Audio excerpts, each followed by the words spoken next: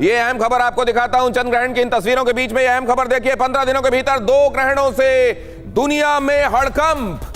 सूर्य ग्रहण के बाद अब चंद्र ग्रहण से टेंशन और ज्यादा। महाभारत काल के बाद 2022 में बना यह शापित संयोग। द्वापर में ऐसे संयोग से ही हुआ था महाभारत।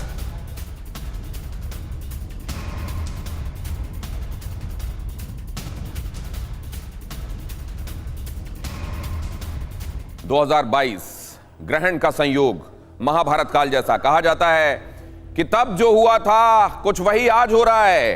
तब इशारे जो सितारों ने दिए थे कुछ वैसे इशारे आज मिल रहे हैं। तो क्या वैसा ही एक महायुद्ध क्या यह युद्ध पहले ही ये महायुद्ध है? रूस अपने आप में एक बड़ी ताकत और उससे टकरा रही है दूसरी बड़ी ताकत यूक्रेन के जरिए अमेरिका और उसके सहयोगी।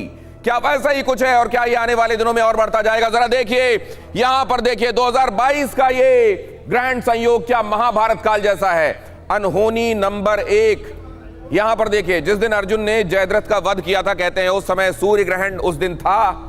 अर्जुन ने यह संकल्प लिया था कि अगर मैं जयद्रथ को नहीं मार पाया तो मैं अग्निदाह कर लूंगा।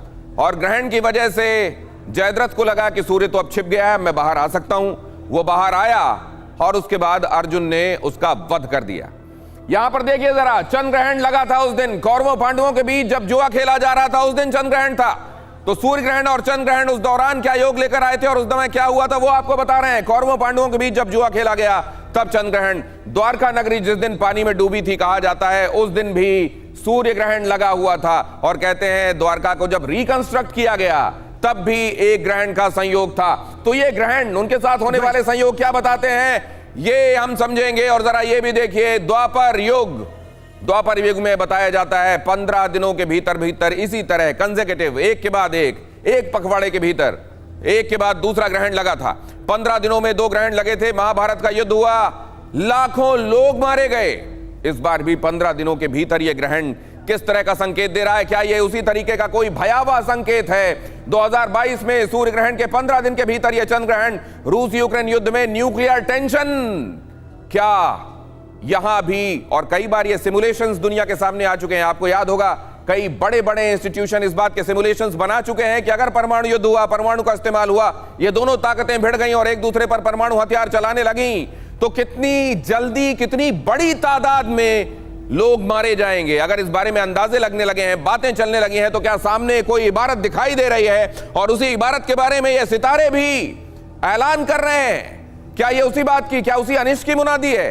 क्या लोगों को समझना चाहिए और इसमें समझने के बाद कुछ किया जा सकता है क्या परिहार के तौर पर इससे बचने के लिए, या फिर असल में फिर कुछ हो नहीं सकता?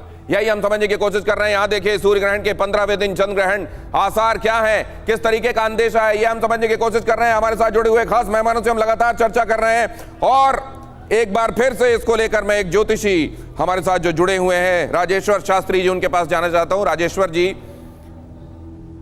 क्या आप भी इसी मंतव्य के हैं कि परमाणु वाली नौबत नहीं आएगी और यह कोई बहुत बड़ा अनिष्ट नहीं है?